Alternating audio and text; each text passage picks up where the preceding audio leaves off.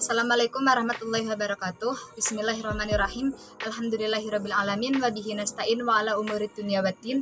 Wassalatu wassalamu ala asyrofil anbiya'il mursalin wa ala alihi washabihi ajmain amma ba'd.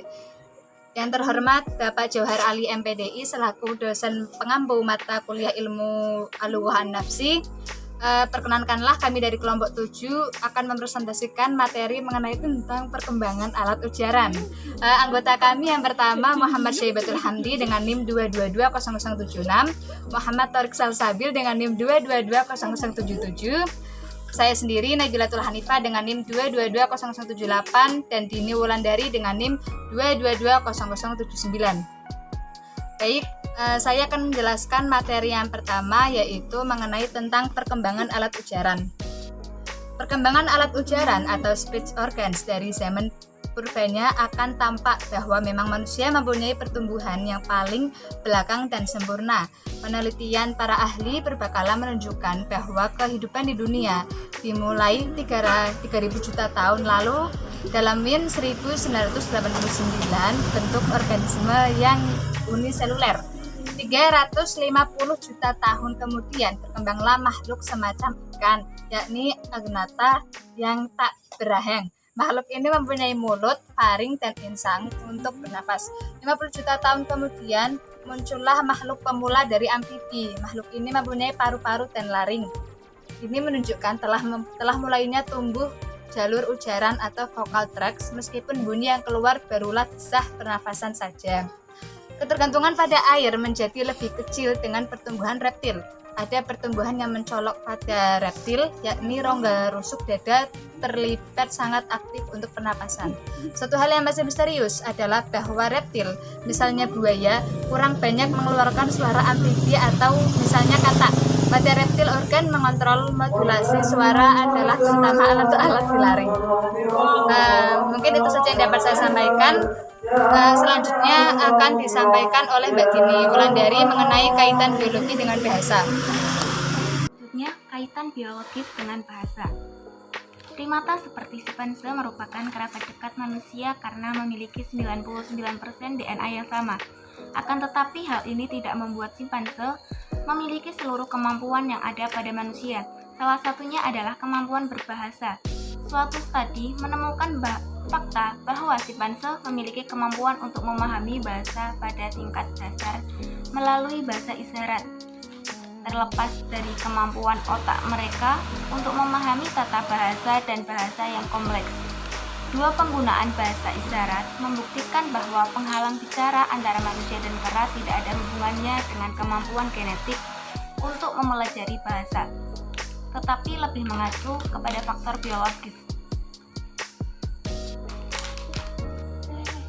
Kaitan biologi dengan bahasa lainnya tampak pada proses pemerolehan bahasa untuk 18 bulan pertama.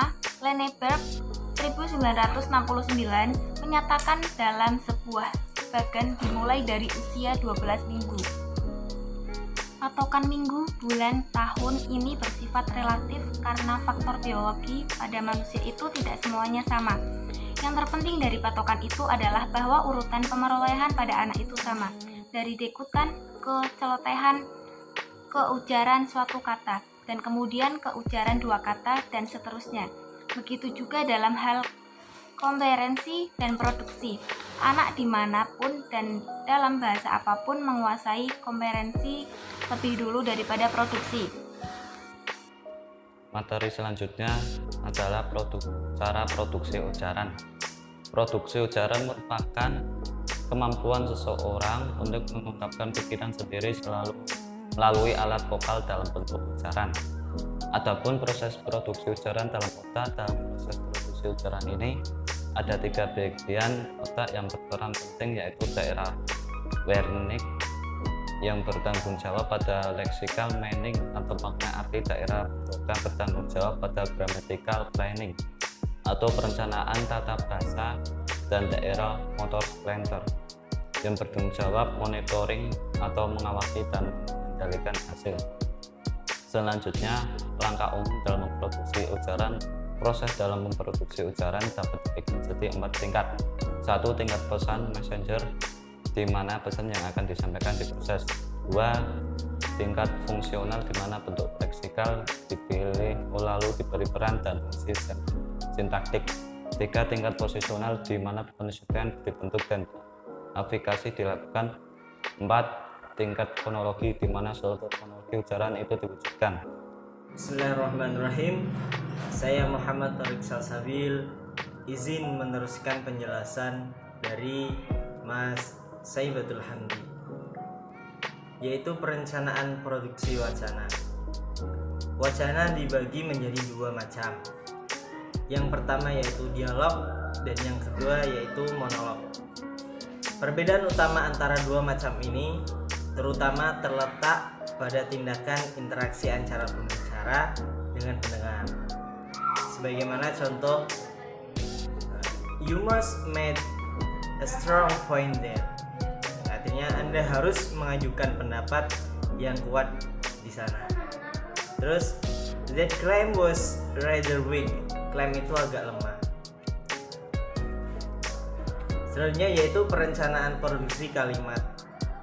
Menurut Clark, sebagaimana dikutip oleh Darjo Wijojo, terdapat 3 kategori yang perlu diproses, yaitu muatan proporsional, terus muatan ilokusioner, dan yang terakhir struktur tematik. Pada muatan proporsional, pembaca akan mendapatkan pembicara menentukan proposisi apa yang ingin dia nyatakan. Sedangkan pada muatan ilokusioner adalah makna yang akan diwujudkan itu seperti apa. Mungkin sekian dari kelompok kami. Syukron ala ihtimamikum wal afu minkum. Wassalamualaikum warahmatullahi wabarakatuh.